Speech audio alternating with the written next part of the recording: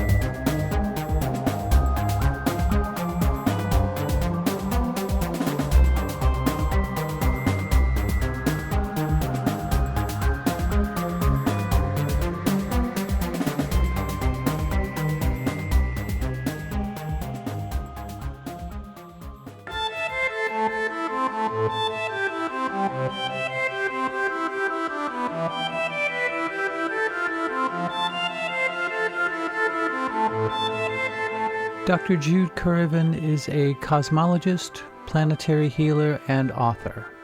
Having grown up as the daughter of a coal miner in the north of England, she has since journeyed to more than 80 countries around the world, and for the last 25 years has lived in the sacred landscape of Avebury. She has experienced multidimensional reality since early childhood and worked with the wisdom keepers both incarnate and discarnate of many traditions. Jude integrates leading-edge science, research into consciousness, and universal wisdom teachings into a holistic worldview. This underpins her work aimed at enabling transformational and emergent resolutions to our collective planetary issues, raising awareness and empowering fundamental change and sustainable solutions to global problems. She holds a PhD in archaeology from the University of Reading in the UK, researching ancient cosmologies, and a master's degree in physics from Oxford University, specializing in cosmology and quantum physics. She is the author of 7 nonfiction books currently available in 16 languages and 26 countries.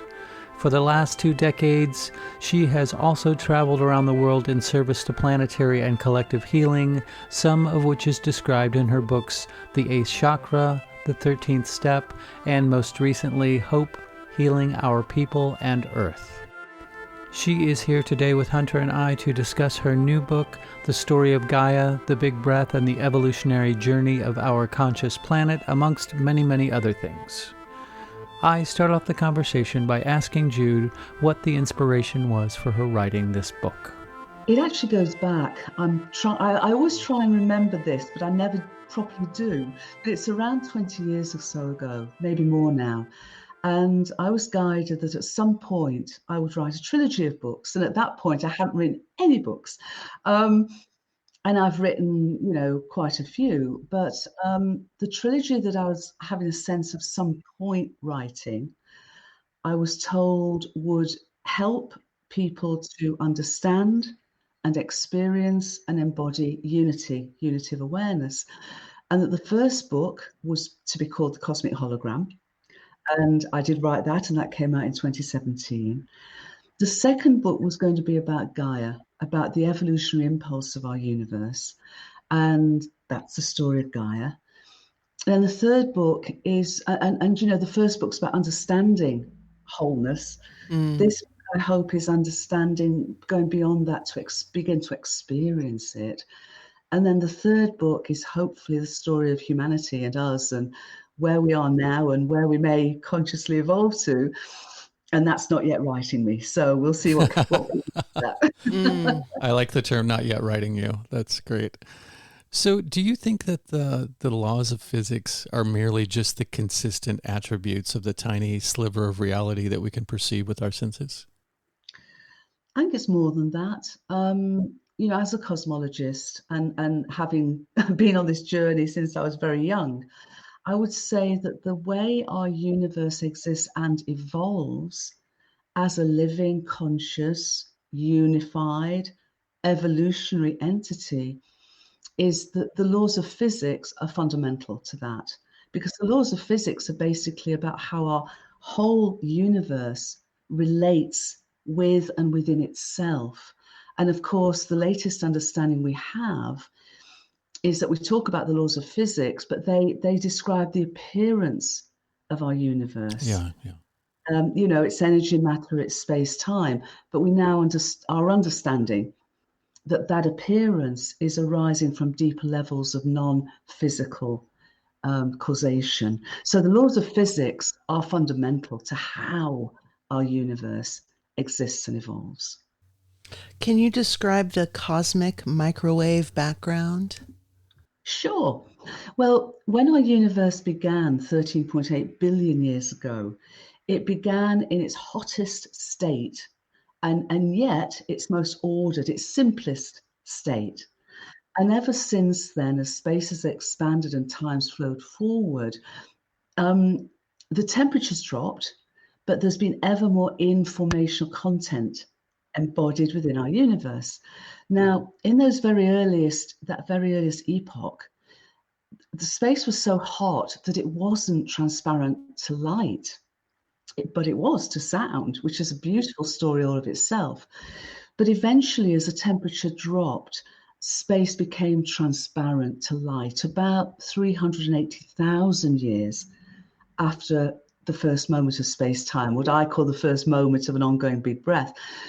That was when all the tiny temperature differences within the universe at that point were essentially imprinted on what we now know as the cosmic microwave background, or CMB for short. In those early days, the wavelengths of the CMB were different from now, but they've been stretched. So what we now have is a map of the entirety of space at that very earliest time when space became transparent to light. And what's really important, and it fills the whole of space because as space has expanded, of course, all of that's expanded with it. What's really important about it is those tiny temperature differences, when you mathematically analyze them, show the mathematical signature of the cosmic hologram. In other words, they show the same, what we call, not I call, but what are known as fractal patterns, these relational geometric patterns that we find at all scales of experience and existence and across many fields of research. So the CMB and that fractal patterning within those temperature fluctuations really give us a cosmologically scaled appreciation of what I write about in the cosmic hologram and again in the Story of Gaia. Well, an interesting concept that you brought up in the book, and that I'd never encountered before, is that you say the universe realizes itself through binary code, which sounds very, technological and computer, like it's like computer lingo. How does that work? How does it realize itself in that way? Well, I'll take a step back to come forward on this, Okay. guys, because this understanding really comes from study of black holes. And the question arose when it was realized that black holes were more than a theoretical possibility. And of course, what we found originally is that the black holes are massive stars, huge stars, that when at the end of their lives, they run out of their nuclear fuel, the whole process within stars to keep them shining is this amazing alchemy from simplest elements, hydrogen, helium, to ever more complex elements. The time comes, and it's usually at the point of when iron is created in most stars, a bit more than that in really large stars, when instead of the reactions sending out more heat that then fuels further reactions, the reactions turn in on themselves and start to require more heat that's not there. So the stars begin to collapse. Now, in very massive stars, there's nothing to stop that collapse. They gravitationally collapse, and the collapse is so powerful that as they continue that collapse, they go beyond a threshold, which is known as an event horizon, whereby not even light can escape. Hence the word black hole. So although black holes are spherical, like the stars that they came from, their surface area is this event horizon beyond which no light can escape. So the question was, well, okay, where does all the information that makes up those stars go? Because if it disappears from our universe of space-time, we've got a fundamental problem. It's very nerdy, but it's all to do with quantum physics wouldn't work, basically. Sure. Which is quite important. And so the question was, where did that information go? And when the analysis was undertaken, it was realized that it was actually held on the surface. It was actually held at the event horizon. But here's the important point. You'd think that that three-dimensional information that made up the original star, that the information that remained would be proportional to the volume of the star, to the volume of the black hole. Yeah? Mm-hmm. What was instead found that it was proportional to the surface area of the event horizon. Now, that then lit a few light bulbs above a few heads, because that's really what happens with a hologram. When we shine a beam of light at an object, well, first of all, we take a beam of light, we split it into two, we shine part of it from an object. It could be an apple, it could be pretty much anything. That reflected light back brings back a lot of information about that object. That information then creates a two-dimensional pattern on a plate, and when we shine a light through that plate, a three-dimensional hologram of that original object is projected. Wow. Yeah. So when we started looking at black holes and realizing that all the information was held on the two-dimensional surface area of the event horizon, a few very bright people, including Gerard 't Hooft, Jacob Bekenstein, Lenny Susskind, and others, expanded that understanding to the whole universe with a suggestion that was called the holographic principle, which said that our whole universe is essentially a holographic projection from all the information held on its two-dimensional boundary of space-time, one dimension of space, one of time. Now, we can say this now with quite a lot of confidence, because we're finding backup for this across many, many other fields of research. And what we're realizing is that that information that's held on the boundary of what we call our universe is both pixelated at an incredibly small scale, named after Max Planck, but also is digital information. In other words, the alphabet of our entire universe's meaning and purpose, existence and experience and evolution has an alphabet of just two letters, ones and zeros. But just like our technologies, as you were referring to, even those letters aren't of themselves really, as an alphabet wouldn't have any meaning. When they're combined, as we do in our technologies, but when they're combined universally, they literally express all the energy, matter, and space-time, the reality of our universe, from the smallest to the totality of its existence. Wow. That is mind-blowing. Absolutely. Can you explain universal non-locality? I'd be delighted to. And I'll say something just after that, which is really exciting, that you may not have heard.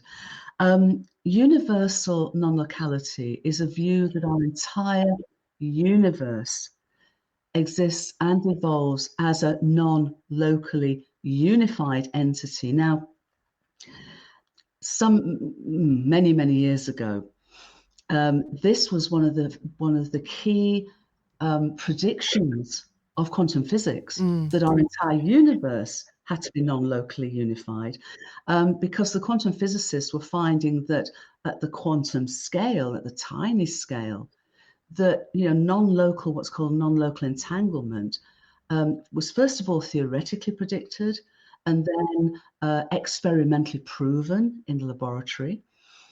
But this was always a question because the framework, the theoretical framework said our entire universe had to be non-locally connected. Now, that was an issue because Einstein realized that nothing within space-time can go faster than the finite speed of light. Mm-hmm. So in other words, nothing can be signaled within space-time faster than the speed of light. And that is absolutely crucial. Mm. And it's not an either or, because what we now understand is that that is the case. But in this holographic understanding and universal non-locality of our universe, we can also appreciate that our entire universe, in existing and evolving as a unified, non-locally unified entity, knows itself in its entirety simultaneously. In other words, it's rather like a balloon. If we go back to the beginning of our universe as a balloon, and we blow up a balloon, within the balloon, within the expressed reality of our universe, nothing can go faster than the speed of light. That's why we have the flow of time. That's why we have causality, and it's vital. But the whole of that surface area of the balloon, as it continues to be blown up, as it were, Mm-hmm. expresses more non-locally unified knowing of itself.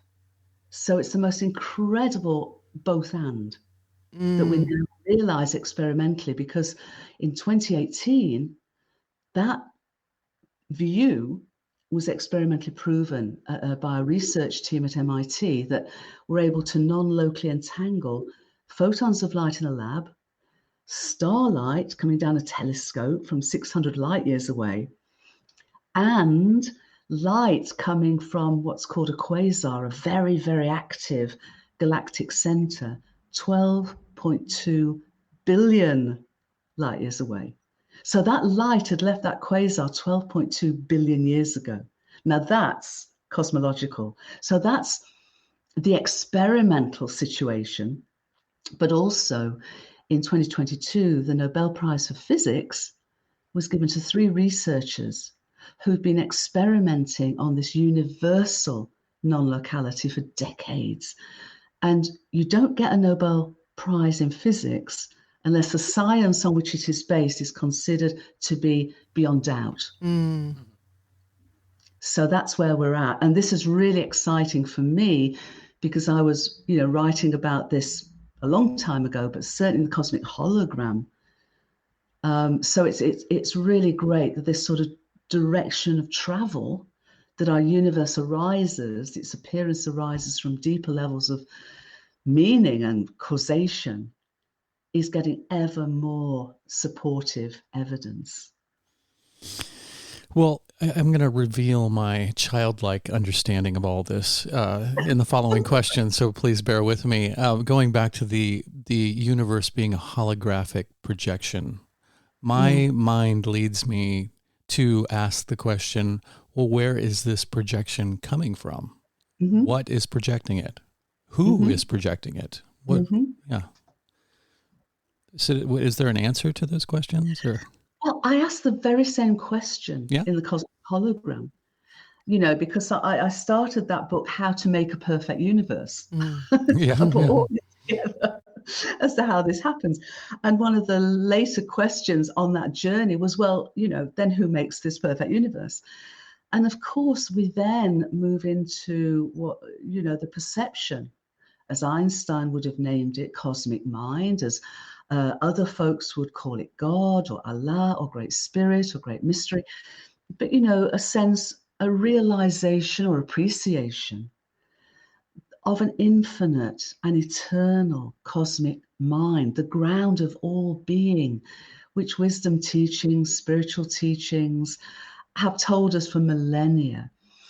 And so in that regard, our universe is a great thought of cosmic mind, and mind and consciousness aren't something we have, but literally what we and the whole world are, this finite great thought of an infinite and eternal cosmos, and perfectly created and co-created, because we are its microcosmic co-creators. So it's not a creator that sort of has a thought and leaves it to its own devices. It's a continuing co-creative exploration, experience, embodiment in that sense of this great thought of potential, of individuated self-awareness, of interbeing, of wholeness. It's the most beautiful, in my perspective, it's the most beautiful. And it means that there is no other. We are inseparable from our universe. Our universe is inseparable from the cosmos. And there's nowhere that isn't. There's no thing that isn't God, Allah, Great Spirit, Great Mystery. And yet it's not necessary to be religious or even, have a spiritual sense. What I would suggest, though, is that certainly for me, and I guess for you guys, this brings such a love and gratitude and joy and meaning into an enrichment of a worldview and a sense of who we are. Because we've been told this whole paradigm that, our universe is meaningless and Yes. and just material and separate, and consciousness somehow randomly arises and completely being turned on its head. I love it. So if the earth is a living being, does it have its own consciousness or awareness separate from human consciousness and awareness? Nothing separate. There is no separation. There's interdependence. Everything in the appearance of our universe, and I would say the reality of our universe, because although its appearance emerges from deeper non-physical realms of experience, it is real. And reality is relational at every level. We are literally inseparable. And when I talk about a living universe, I use that term in its entirety. We've tended to describe living as biological organisms, but this is a conscious, sentient, and thus, in my perspective and the evidential perspective, a living universe from its very first moment throughout its whole evolutionary journey to us. So in that sense, we are right at the end of the story of Gaia, as you know. I invite us to consider ourselves as Gaians. Yes. Yeah. As Gaians. I love that concept. And obviously this idea of separation, that there's fine boundaries in between all of us, or defined boundaries, I should say, between all of us, is a product of materialist reductionist science. When do you think science sort of just meandered off into the distraction of materialism, or getting focused on that particularly?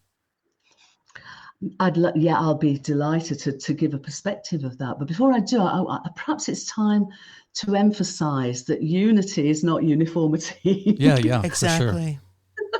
That unity is radical diversity and differentiation, but it's not separation. But you're raising a very, very important point.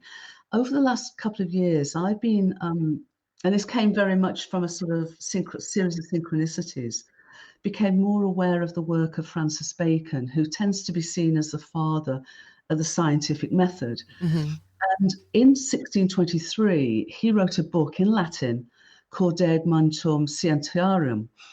And he was a philosopher. And what he perceived was that in his era, the early 1600s, that the understanding of our universe, and it was obviously much, much more limited than we have now with our technologies, but a lot of it was based on superstition. There was very little experimentation. So a lot of the perception and the worldview was based on superstition, and the church had the authority, yeah?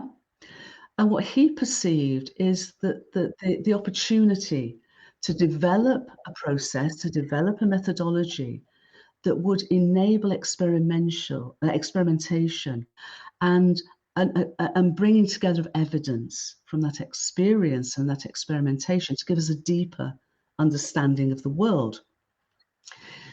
In my research, and I've also worked with some incredible scholars of Francis Bacon, his original thoughts and those original writings in Latin were actually very spiritual, because what he was seeking to understand was the nature of the divine at a deeper level, and to really bring into an integration heaven and earth. What happened, though, is that those writings and that perception were translated from the Latin to French by folks who were very much of the secular Enlightenment philosophy, and the spiritual aspects of his perspectives and aims were taken out. It was then the French translations that were then translated back into English without, again, his deeper perspectives. So that started, I think, this perspective that the scientific method was all about materiality. Whereas from my research and my understanding and others, it was much more than that, but it got down that route. So progressively, it was more and more separated. There was this schism between, scientific methodology and a deeper understanding, a wider understanding of the nature of reality itself and the wholeness of reality itself. What I'm finding really interesting, though, is in esoteric tradition, a period of 400 years is almost like a pulse, a wave. He wrote his book in 1623. We're now in 2023. And all of this evidence that I write about in the Story of Gaia and the Cosmic Hologram supports the wholeness, literally this integration of the wholeness of reality. So it's like it's gone full circle, and the scientific evidence has come to this revelatory point that converges with universal wisdom teachings, Absolutely. indigenous teachings. Yeah, I love it. It's finally catching up to things that people have been saying for thousands of years. Eastern philosophy, it's fantastic. Yeah. Do you believe that the earth needs humans as much as we need her? Or is it possible that the earth could exist without us? That's a great question. And it's a really important question, isn't it, for now, given where we've come. And I don't want to put any blame or shame or any of it. We've got enough trauma to deal with that we need to clean up and, heal without sort of going down that journey. I write in the Story of Gaia that I feel everything in existence has meaning and purpose, which inevitably means that our planetary home, Gaia, does, and it inevitably means that we do.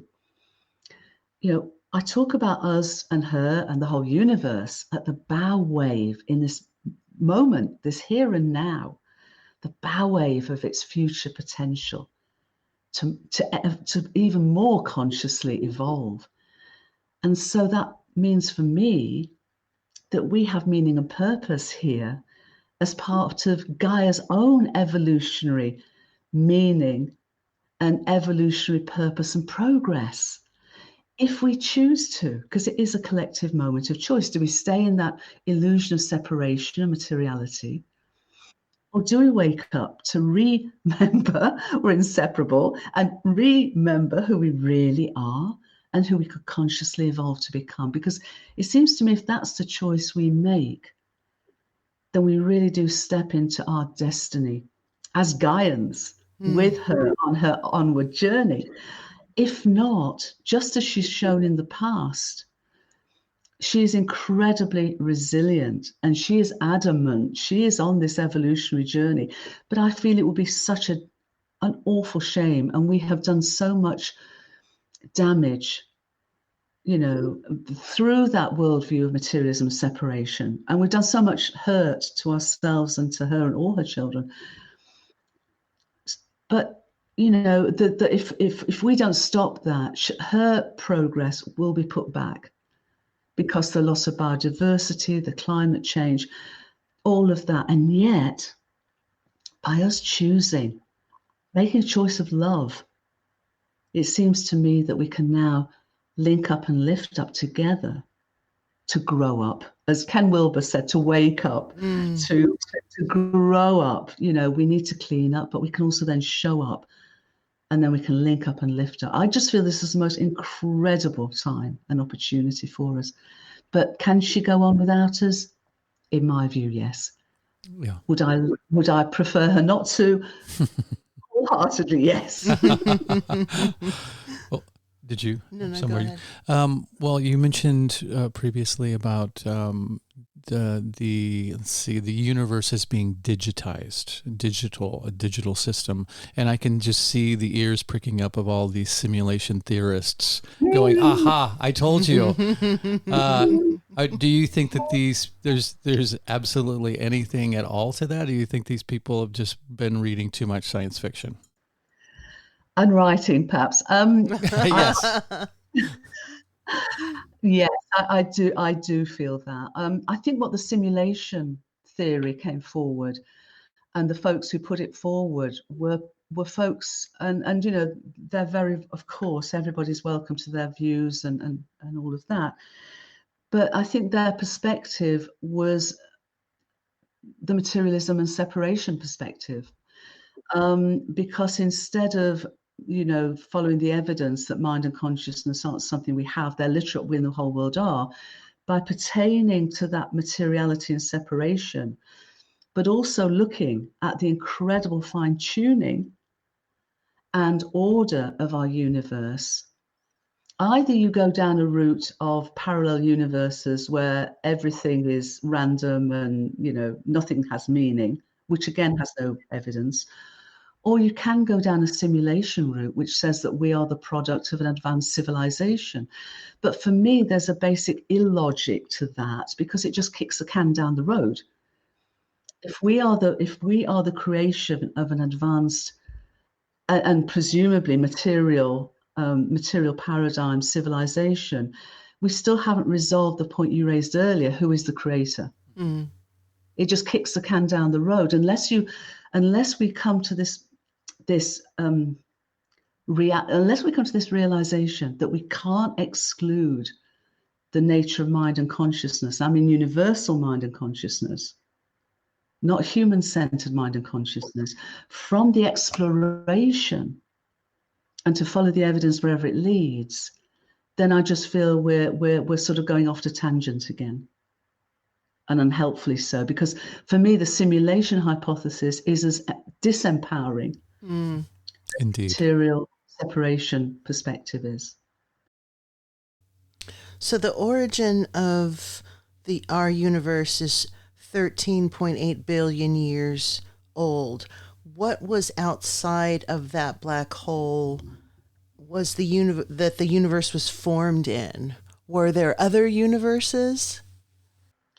I wouldn't describe our universe as a black hole. What I would say is the holographic principle is an expansion from black hole dynamics to the whole universe. It doesn't mean that our entire universe in that way is a black hole.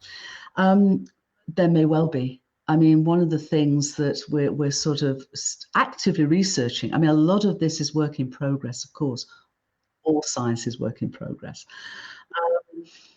Is that, you know, our universe may have been born from the depths of a previous black hole or supermassive black hole. There is an extension to relativity that actually suggests that when supermassive black holes are formed, there might be the actual forces are so powerful that actually new universes might actually bud off, you know, as an amoeba, budding off into a new universe. So that is still very, very early days in terms of any investigation, how indeed we might investigate that. But yes, I think that's every likelihood. I can't, you know, from my experience and exploration, I just find it would be highly unlikely that our universe has been the only finite universe in an infinite eternal cosmos. That's a lot of our universe. Yes, exactly. Well, what do you think of the branch of science that seems to want to sort of step between us and the material world, I should say the natural world. I'm thinking of transhumanism, this sort of like wanting to replace and sort of remove us from the natural order of things by putting us in front of screens for a longer amount of time, sort of blanketing the world in EMFs and all kinds of microwave radiation, which again throws the balance of the natural world off. Do you think this misguided flight of fancy will eventually sort of realize that it's futile to try and sort of set up its own godly sort of store in the middle of the natural order of things? Or do you think that it will amount to something, that it's going to be sort of a race between the kind of awareness that you're talking about, realizing that there's no separateness, that we are a part of the natural order of things, or that, you know, sort of this idea that we're not good enough just being mere humans and we need to sort of augment ourselves with technology and stuff. How do you see that playing out? Again, it's another great question. For me, it sort of is retrogressive in a sense. I mean, it's technologically progressive, but it's sort of still within that old, and we now know, flawed paradigm of materialism and separation. Indeed. And in that paradigm, so transhumanism is making us better. And yet we've not even begun, in my view, to really, as a species, understand the innate powers that we have. Exactly. In a multidimensional universe of it is living, sentient, evolutionary. You know, I talk about our superpowers of intuition and much, much more. You know, a number of colleagues are working and have been working for decades on the power of group intention, group consciousness. We're not even really, we're just opening the doors to this possibility of our innate powers as humans, let alone as Gaians. And then to sort of go into a technological, what I would see as a cul-de-sac, to me, again, it's not inspiring or empowering. And it's still pushing consciousness to the sidelines instead of bringing it front and center, and the realization that mind and consciousness are what we in the whole world are. And we have such an incredible, it seems to me, evolutionary opportunity at this point, should we choose to consciously evolve. And who knows what that will open up to us. So I have a question that could be considered like a 3-part question in one. What are your thoughts on the firmament and the concept of flat Earth? Do you think that even matters? Be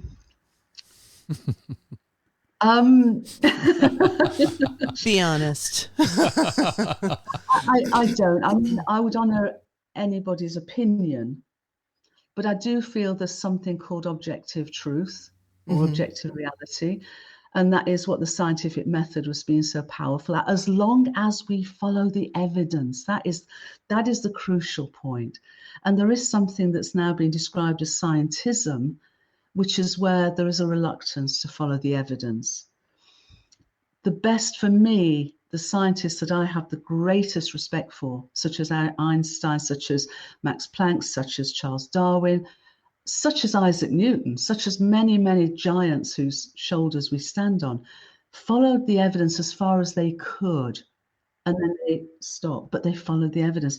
And for me, I can't really get my head around how someone could believe in a flat Earth if you've been up in a plane at 29,000 feet and done what I've done, which is fly around the world many times, which is to actually speak to the astronauts in the ISS, to actually look at all the, the evidence we have from space that our Earth clearly, Gaia clearly is a planetary sphere.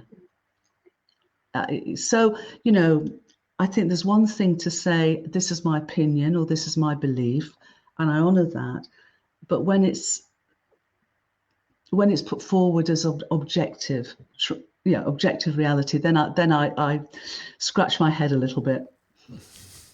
We like to leave room for all opinions, and we don't really stand in a place of knowing. No. I think there is an objective reality, and I think it's important to give people the opportunity to express themselves. Yeah. And we've had people on the show before who are staunch believers in a firmament and staunch believers in a flat earth.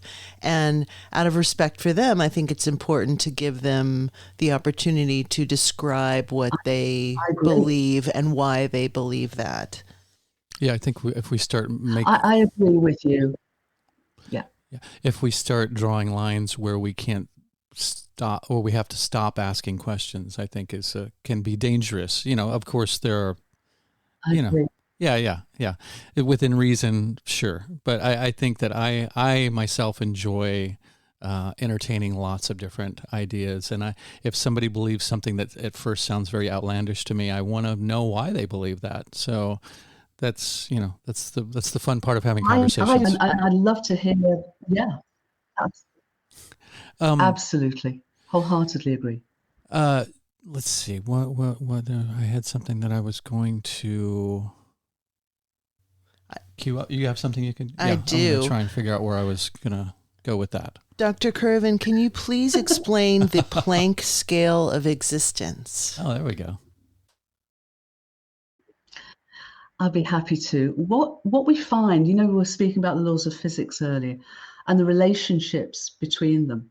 And what we find is that there are 4 constants within the whole of our universal's reality, that when we shake them out and take the sort of how we measure them away, in other words, do we measure them in meters or whatever it may be, they actually come down to unity, to 1, to just a measurement of 1. And those 4 measures are the speed of light in a vacuum, the gravitational constant, what's called Planck's constant, which is sometimes called the quantum of action, and it relates to the minimal measurement that we can make of anything, and what's called Boltzmann's constant, which actually reflects is a response to the energy state or the informational content of a system. Now, if we take those 4 constants, which are fundamental, we find that they also can describe 5 attributes of our universe: energy, matter, space, time, and temperature. And so when we do that, we find, and what we find is there are 5 measures of these 5 basic attributes, and this is called the Planck scale. So there's a Planck scale energy, there's a Planck scale mass, there's a Planck scale length, there's a Planck scale time, and there's a Planck scale temperature. And what we find is they are the most fundamental scales at which the reality of our universe, the finite reality of our universe as a finite thought form in the infinite cosmos, comes into realization. So for example, the information I was talking about earlier that is held on the holographic boundary of what we call space-time is pixelated at the Planck scale. And it's pixelated as it's on a 2-dimensional surface of space-time in sort of triangular areas. Now, those triangular areas reflect the Planck length. And so the Planck length is as small as to an atom is to the entire universe. It's a minute 10 to the minus 35 meters. And in time-wise, the Planck time is just even more extraordinary. I mean, if you guys can get your head around it, you're better than I am. Way better than I am. But it's 10 to the minus 44 seconds. Wow. So that's a billionth, trillionth of a second. Wow. This is the basic pixelation of our cosmic hologram. And so it means that In every moment, in every Planck moment, our universe, as space expands and as time flows, is adding more and more and more informational content on that boundary to then be holographically experienced and embodied as the manifestation, the reality of our universe. What you have convinced me of, Dr. Currivan, is that I never have to take a psychedelic again. all I have to do is study Gaia. It is absolutely mind-blowing. Can you describe the big breath? Yeah. Well, I suppose we were all taught at school that our universe began 13.8 billion years ago as a big bang. Yeah. Mm-hmm. And we know it wasn't big and it wasn't a bang. Now, we've known from the get-go that it was tiny. You know, the word big was sort of slightly facetious. It was minute. It's the most minute beginning. But, you know, if I was to ask you, you know, if we use the word bang, what does that conjure up for you? An explosion of some Something kind. violent. Yeah, violence, chaos, explosion. And it just wasn't like that. Our universe began in an incredibly ordered and amazingly fine-tuned way. You know, some estimates have made the point that its fine-tuning of its basic constants is 1 to 1,000 trillion trillion. If it was out by more than one part in 1,000 trillion trillion or more, that's the minimum, we would not be here. It would have sputtered before it started. So rather than use the word Big Bang, and also recognizing that it's an ongoing process of space expanding and time flowing ever since, I came up with the concept of big breath. Because, you know, for a number of reasons. First of all, it's much more closely reflective of the reality of how our universe was born and how it continues to exist and evolve. And also it links into the ancient understanding of our universe as the out-breath of Brahman in the case of the ancient Indian wisdom teachings. And in those traditions, that tradition especially, the Vedic tradition, the word prana is the word for breath and also the word for spirit. So it brings together, you know, ancient wisdom, this whole much more aha sense and much more evidence-based sense of how our universe exists and evolves. I think that I know that you are of the mind that we are all co-creating this existence, this reality. And we've known by quantum theory that the observer can affect the observed. So that leads me to wonder how, particularly materialist branches of science, how we affect the universe and our perceptions of it by quantifying it and naming it and coming to conclusions about it. Do you think that maybe takes things off of our perceptual menu and sort of maybe in the end limits the way that we interact with it? I don't think it necessarily needs to. And, you know, my own journey has been one of, you know, the ancient traditions tended to emphasize one of three paths, essentially, to deeper awareness. There was a path of understanding, the path of the sage. There was the path of experiencing, the path of shaman, and then the path of revelation, the path of the seer.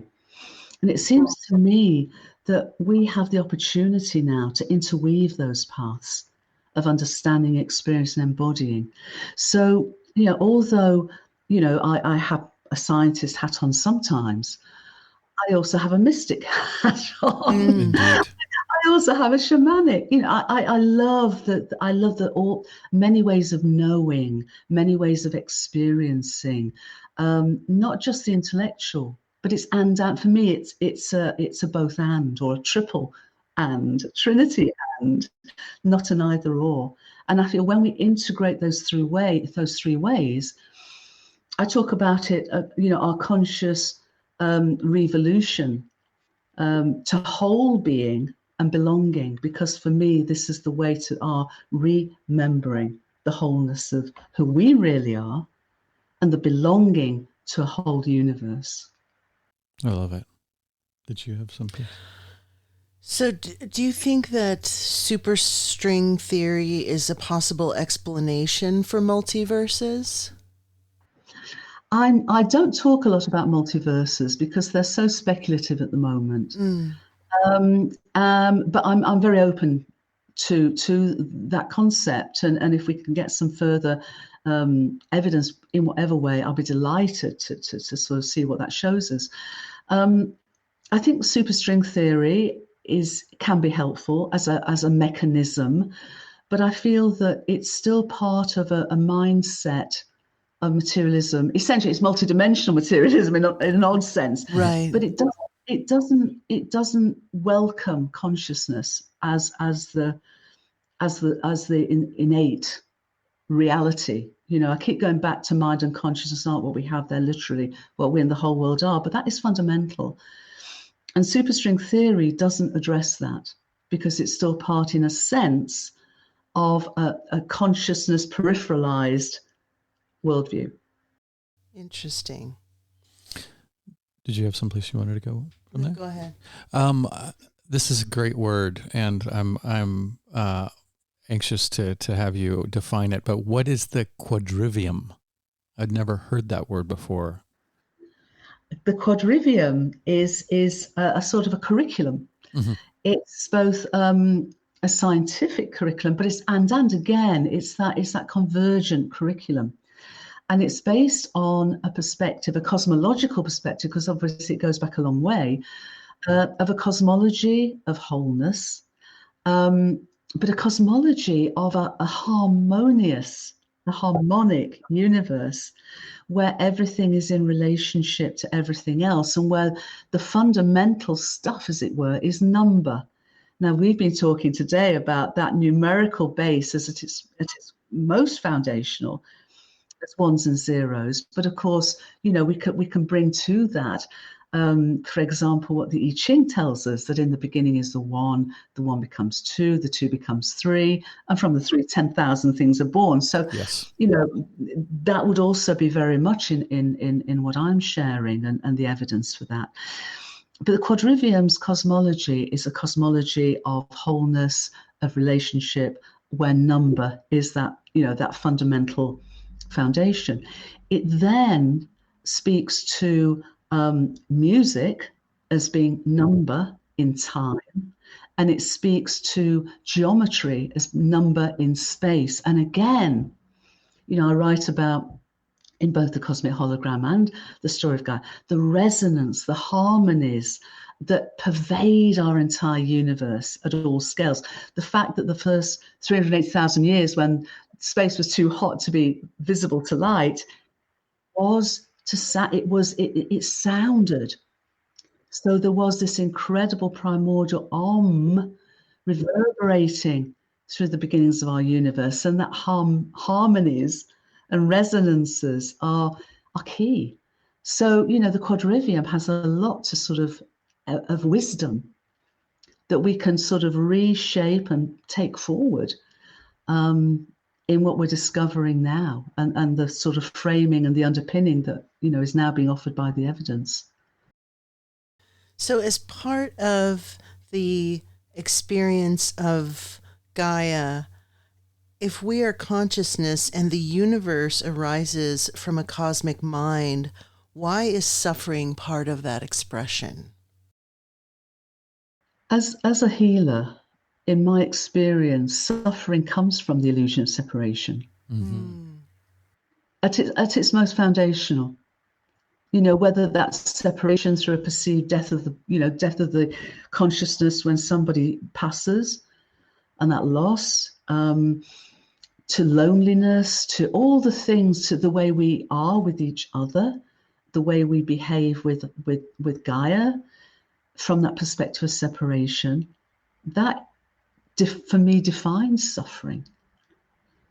And in indigenous societies that I've had the great fortune and privilege to be with, their perspective of an interrelated, integral web of life means the suffering is far less. There's far less trauma within those indigenous societies, unless they've been on the receiving end of the suffering that's been imposed upon them. But that perception of unity and diversity, but the web of life means that yes, things change, things are born, things live, things die, but they have rites of passage. They have community relationships that mean that no one, goes through those in a sense of loneliness or aloneness, and that they're understood in terms of that grief is part of, as our Queen said once, the price of love is grief, but where there is a grief that's held and nurtured and loved and supported, it finds its own path to a level of healing. So, we could have a whole session on this, but ultimately, for me, suffering arises from the illusion of separation. I think that's why we can create suffering inside of Gaia, is because we are seeing ourselves as being separate beings. We don't see ourselves as being connected to the earth or being the earth. Absolutely. So that's why it's easy to destroy something that you feel you're not connected to. Exactly. And it's true, as you say, it's true in the way we other, whether it's, someone else or someone who doesn't look like us or think like us. It goes back to, when we're saying just be open. And for me, unity and diversity, I feel we have an opportunity to go beyond that to unity and inclusion. And ultimately, when we open our hearts to the wholeness of what we've been sharing today, there's a remembered unity in belonging. We remember we belong, to each other, to Gaia, to the whole world. That for me is such an invitation for our conscious evolution. So what's the first step to nurture ourselves and the earth? Is it just being a part of it, like physically going out into nature? How can we heal ourselves and in turn heal the earth? I don't think there is the step or the first step. I think it's a first step that's unique to everyone, every one of us. And yet it is a collective journey. So it's whatever, for me, it's what makes my heart sing. Move towards what makes my heart sing, move towards what makes your heart sing. Whether it's being in nature, whether it's yoga or mindfulness, whether it's cooking, baking, whether it's, in my case, dancing to ABBA around the kitchen table. I love it. Whatever it is, gardening, whatever it may be, literally gravitate to what makes your heart sing, I feel is vital, step by step. And then the other one is cultivate the golden rule in your life. Treat others and Mother Earth, Gaia, as you'd wish to be treated. And don't wait for a high day or holiday, as they say, to do that. Empathy, random acts of kindness, just a smile at someone, whatever it may be.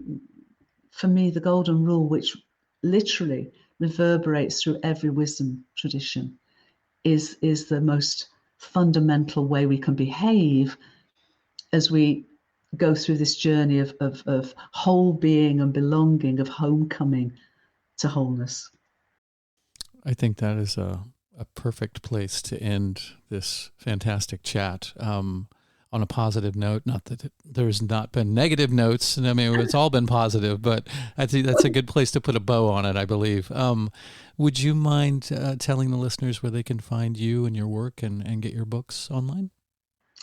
Thank you both. Well, my books, pretty much any good bookstore or Amazon, of course, or my publisher, Inner Traditions. In terms of where to reach me, the best place is at Whole World View, because that's it's an organism. It's not an organization. It's an evolving organism that I co-founded 6 years ago, and our website is www.whole, W-H-O-L-E, world, W-O-R-L-D, dash view, VIEW.org. And there's lots of resources there. There's an invitation to join our newsletter, quarterly newsletter, and find out lots of incredible things that are happening around the world now as we are waking up to remember we're inseparable. Fantastic. I love it. Such a great message. I love how you can blend spirituality and mysticism in with science, which I think is so much lacking in the world today. I mean, the materialist aspect of science obviously seems to be the dominant form in this world, or at least in the Western world. And it's so limiting and so divisive, can be divisive in a lot of ways, and sort of, keeping us in this context of like we're just random products of this collision that happened out of nowhere, and we're lucky to be here, and an asteroid could take us down at any time. Like, it's also like there's no purpose to it, and the way that you come at it really helps to remind us that there is indeed a purpose, and that we are all very important. We're all a very important part of this whole. So I thank you very much for that. And I love the word remember. Yes. Because it's really about cohesion and being a member of this beautiful consciousness and this beautiful earth and this beautiful universe that we are members of. So thank you so very much, Dr. Currivan. I appreciate your time, your energy, your work, your efforts. You're really fantastic. You are a force of nature. Indeed. Well, thank and bless you both for all that you're doing. And it's been my wholehearted pleasure and delight to be with you today. So thank you both. Likewise. Lots of love. Likewise. And the pleasure was ours. And we'll have all of those links in the episode notes, and we will send you a link when it's live. Thank you so much. All right. Take care, Jude. Let's have a lovely rest of the day, guys. You too. Enjoy it. Farewell. Bye. Bye for now. So what did you think of that, my dear? I just love her, and I think she's so brilliant. And, she has such a soothing voice, and she comes from this place where I feel like Gaia is speaking directly to us, which is really amazing. I feel like if the Earth and the universe had a voice, it would be Dr. Currivan's voice. Hopefully. Yeah. It is very soothing and relaxing. Her children must have been lucky if they were read their bedtime stories by her. Or scolded. Yeah. I would take that. Yeah. She's got a very fantastic energy about her, very sharp and intelligent, but also very playful and curious. Curious being the most important, I think, which is what we need more in scientists. And I wouldn't say that that's as she said, she has many hats, but she definitely, that's a big part of the whole of her, and she mixes it with all these words are escaping me, a good dose of spirit and mysticism and interconnection, Eastern philosophy. She brings in lots and lots of different things that I think are sorely lacking.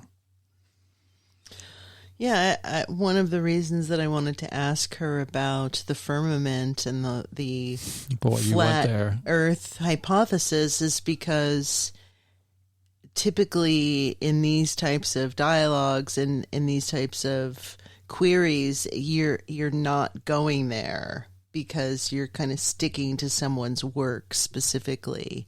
And I'm interested in what people's opinions are about other opinions. And, I feel like she was so respectful of that, and she didn't poo-poo it necessarily.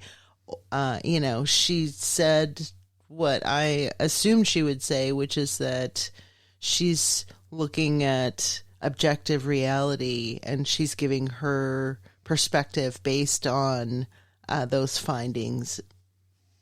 Yeah, I respect you for going there. I would not have gone there myself, and that's good. That's a good thing that you did that. Simulation theory and transhumanism, I thought, were as far as I was willing to go in directions outside of her book or what I've heard her speak about, because they're things I think that are more discussed by more people in the mainstream. There's no dogma around it, or stigma. That's what I mean.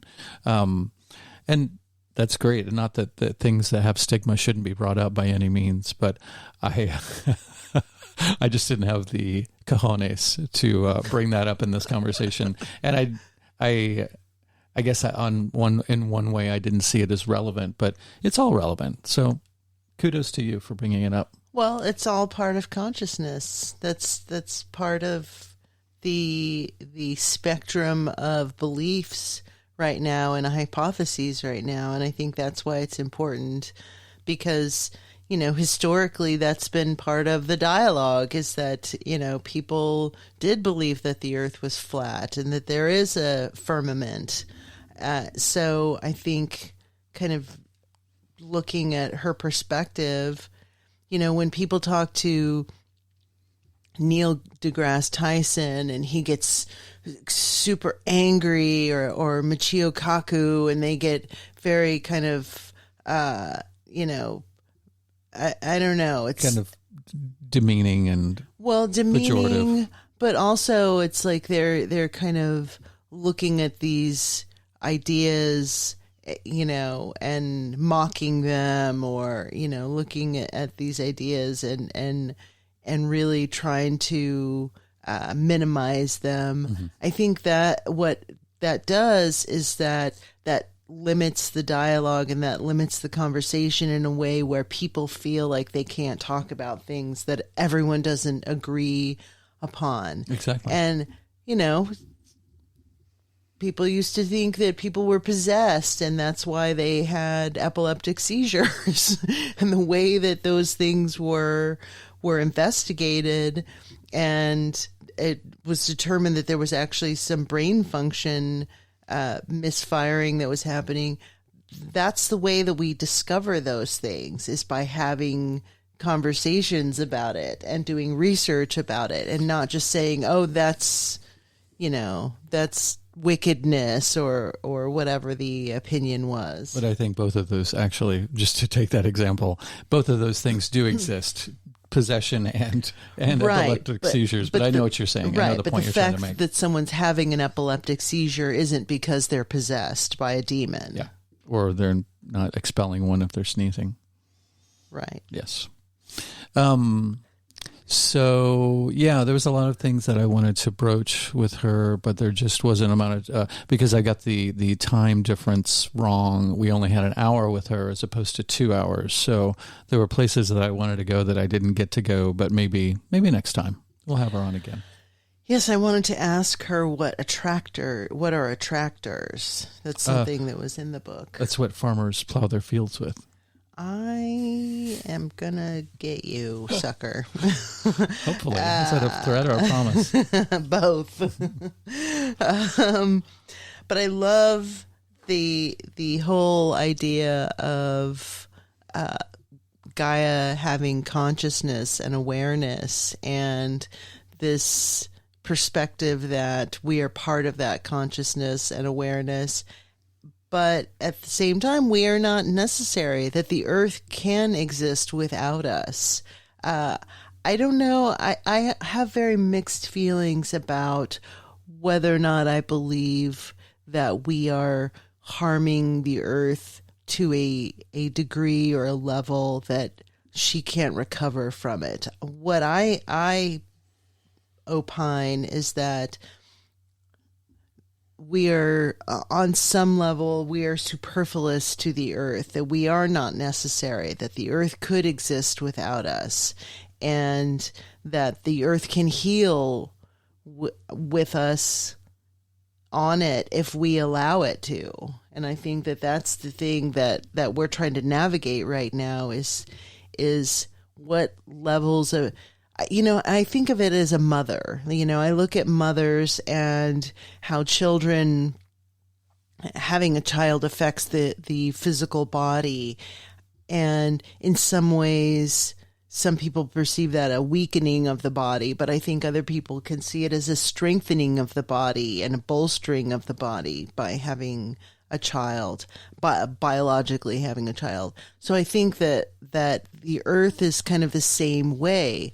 Yes, there is damage that's done to the earth by us being on it, but I also think that we have the capability and the ability to strengthen the earth's immune system.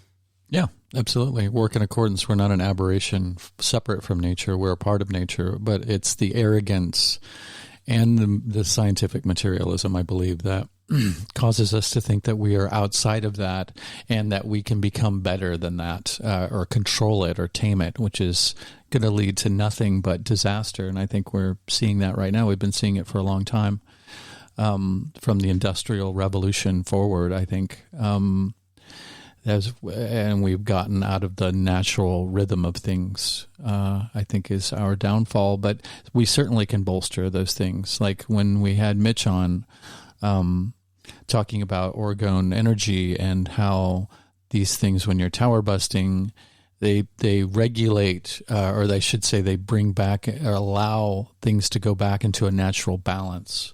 They don't try to manipulate something that's already there. They try and bring it back to balance. I can't think of another way to articulate that, but recalibrate. Yeah. So I think that ideally that is what our role as stewards of this realm would be, is to do that. And we'll see. We'll see how things go.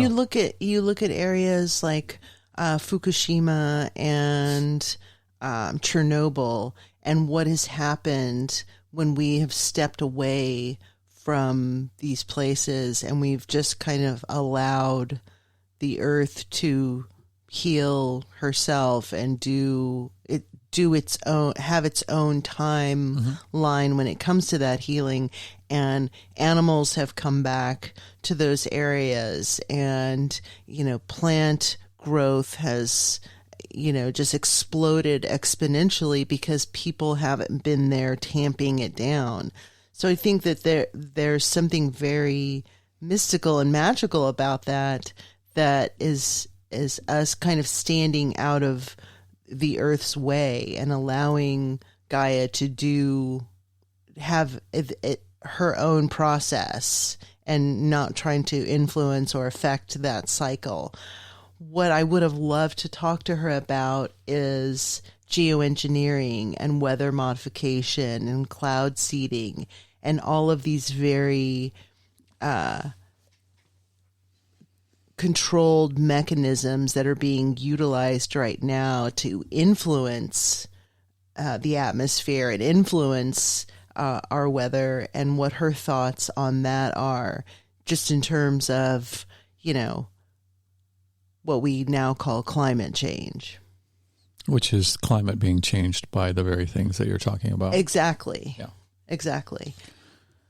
Yeah, it would be interesting to hear what her perspective is on that. Yeah, I think that I would be less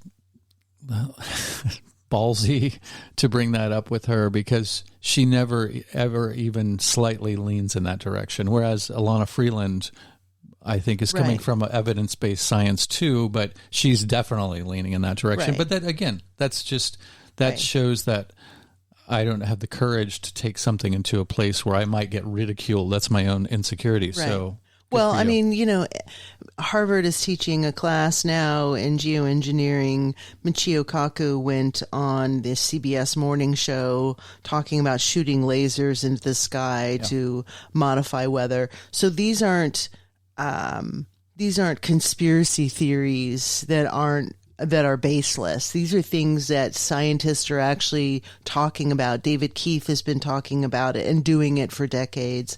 So these are things that are actually happening. I would just be curious what her perspective on us manipulating or influencing the weather, creating tsunamis. You know, this is stuff that was happening in the Vietnam War that there is evidence for. Yeah, I agree. I just don't know if it's her, like if she would be versed in that field of knowledge. Yeah. It would be curious to delve into that with her and see what her thoughts are. Mm-hmm. What a cool chick.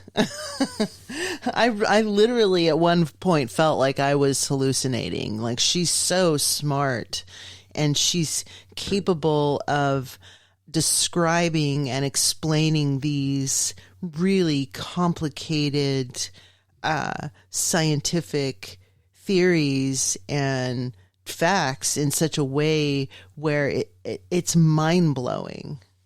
Yeah, I admittedly, my eyes are very apt to glaze over, not because the subject matter is boring, but I just have a hard time wrapping my mind around it as quickly as she's talking about it. Yeah, I feel like I'm traveling when she's talking about it. I would ideally interrupt her maybe 3 or 4 times during any paragraph and go, well, hold on, what did you mean by that? You know, like I get lost in stuff like that very easy. I'm better with smaller pictures, slightly smaller pictures, or less syllables. I feel like I go into this absorbing mode where I divorce myself from rational thought, and I'm not trying to dissect what's being said. I'm trying to perceive it from like more of a direct level.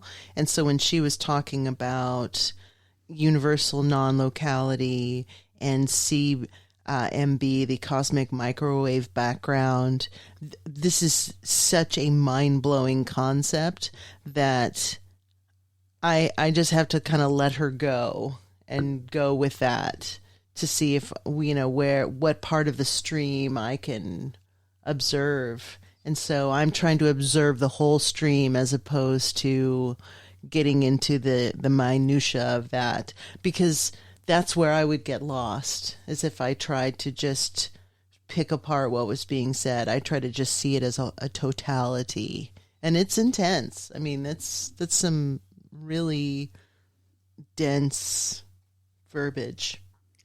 Indeed. It's very abstract for me, for my tiny mind. But I think we babbled enough, right? Do you think? You're there. I mean, I think that's the thing that she's saying, is that I guess not. You are the consciousness. You are the awareness. So I think your mind or your brain is trying to perceive something that it is.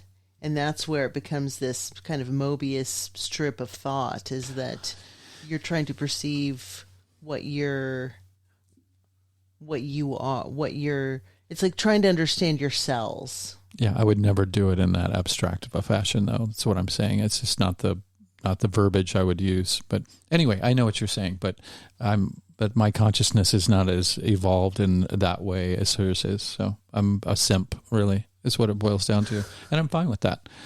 Sometimes simplicity and ignorance, we'll go with simplicity, makes it more efficacious to navigate life and get the important things attended to and taken care of, as long as those important things are indeed, oh God, I really dug a fucking ditch now, haven't I? Are of ethical worth to the big picture, meaning like, oh God, why did I even start on this train of thought?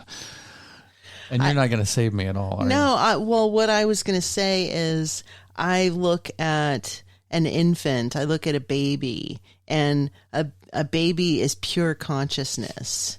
So a baby is more connected to Gaia and to the earth, the consciousness of the earth, than an adult, because it hasn't had the imprint of doubt or self-reflection put on it, sublimated on it. So when I'm trying to understand these concepts, I try to go into that infant mind, which is every cell of my being is connected to this universal consciousness and understanding it from that perspective. Yeah, that I can grasp. But the microwave, whatever you said, all that stuff, the scientific terms, I get lost in scientific terms. 11.5 billion years, like. My question is, well, how do we know that? 13.8. 13.8. Yeah. Doesn't really matter it doesn't affect the price of milk, but I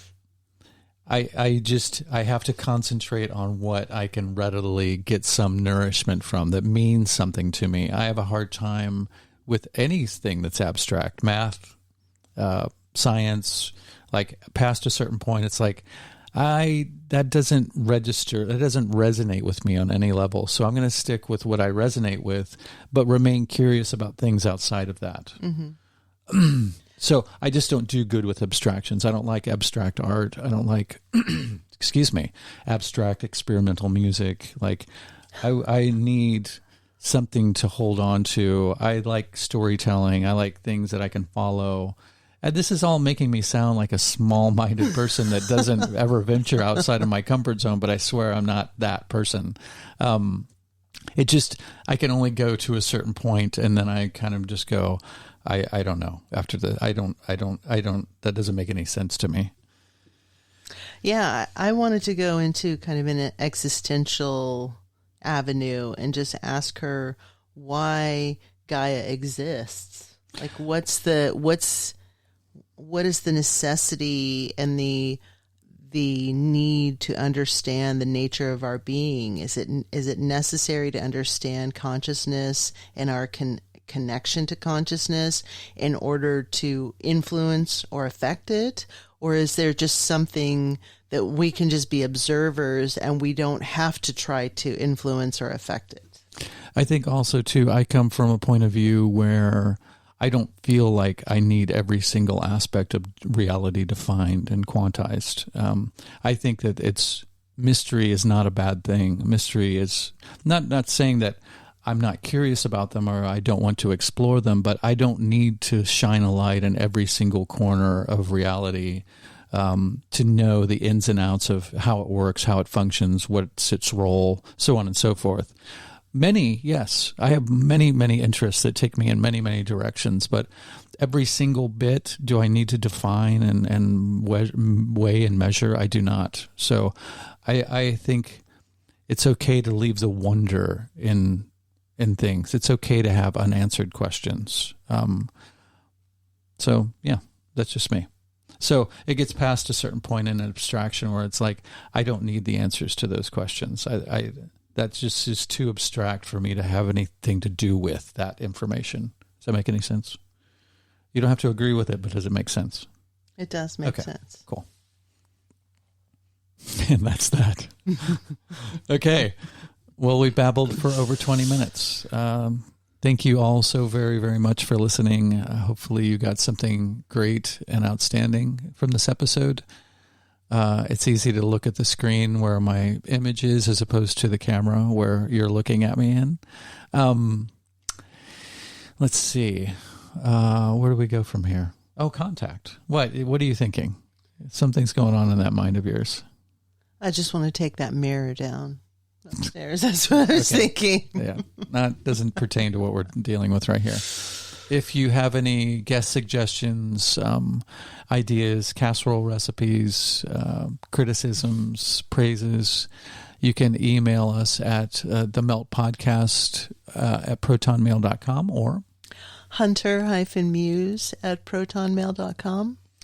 We encourage you to share our content with your friends and family if you see fit, if you see it as something that they may be into or it accents a conversation that you had recently that maybe pertains to something that we've been talking about. You can do that. We're on Facebook, we're on Instagram, obviously we're on YouTube, and we have our website. So yes, sharing and getting the word out is a great way to contribute to what we're doing here. And we would appreciate that if you would do that. We trust you to be our ambassadors. So thank you. Excuse me, so very much for listening. We love you. And as always, there's fantastic stuff coming, and we're very excited to bring it to you. That's right. Farewell, all. Yeah.